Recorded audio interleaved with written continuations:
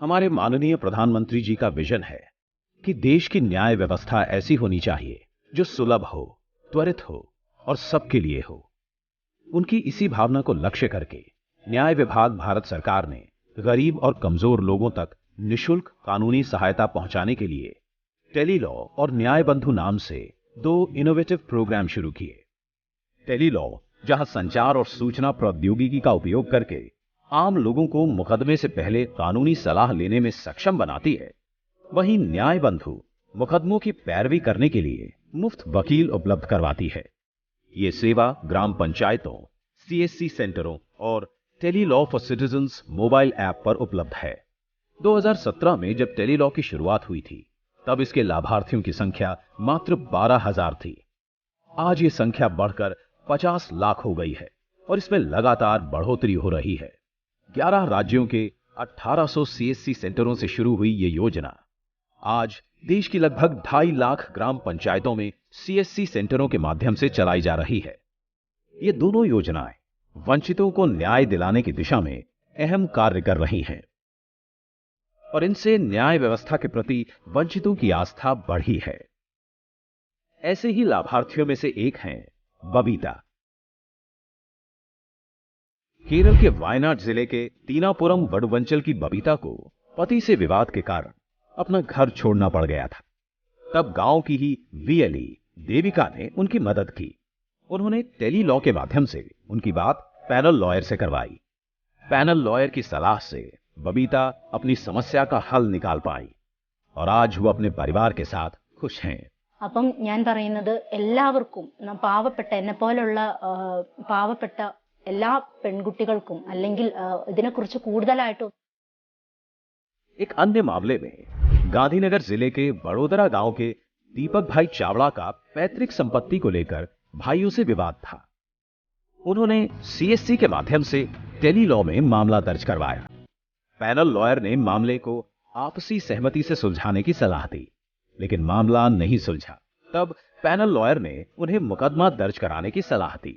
जिल्ला अदालत में केस नोंधावा जईए तो एम खर्चा वधी जाए, એટલે એ આપણાથી થાય નહીં।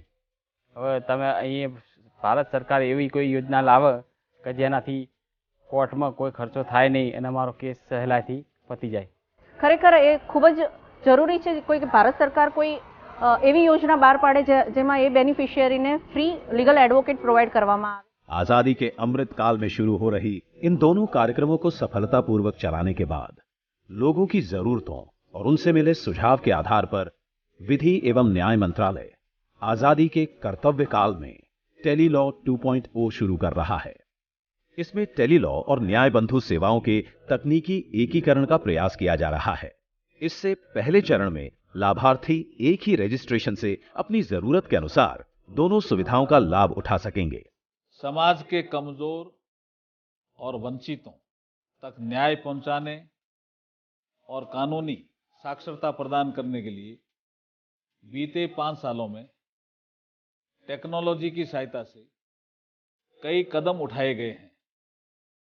इस लक्ष्य को सक्रिय तरीके से संचालित करने के लिए न्याय विभाग ने 2021 में designing innovative solution for holistic access to justice Disha नाम से एक समावेशी योजना शुरू की है। इन्हीं अनुभवों के आधार पर आज हम टेलीलॉ 2.0 के चरण में प्रवेश कर रहे हैं।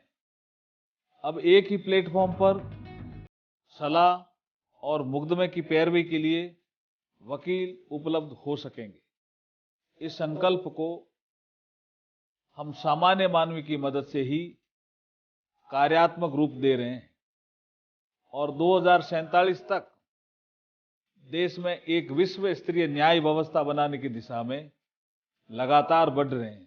घर घर न्याय पहुंचाने के लिए विधि एवं न्याय मंत्रालय ने सन 2025-26 तक 1 करोड़ लोगों को कानूनी साक्षर बनाने और लगभग इतने ही लोगों को निशुल्क कानूनी सलाह देने का भी संकल्प लिया है। इसके लिए नए प्रयोगों और नवाचारों के साथ साथ आर्टिफिशियल इंटेलिजेंस की भी मदद ली जाएगी। न्याय के समक्ष समान अवसर उपलब्ध करवाने के हमारे संवैधानिक जनादेश के हिस्से के रूप में टेली लॉ ने आज देश के हर नागरिक को वकील तक पहुंचने में सक्षम बनाया है। अब आजादी के कर्तव्य काल में शुरू हो रही टेली लॉ 2.0 देश की 140 करोड़ जनता को न्याय सुनिश्चित करने में परिवर्तनकारी भूमिका निभाएगी।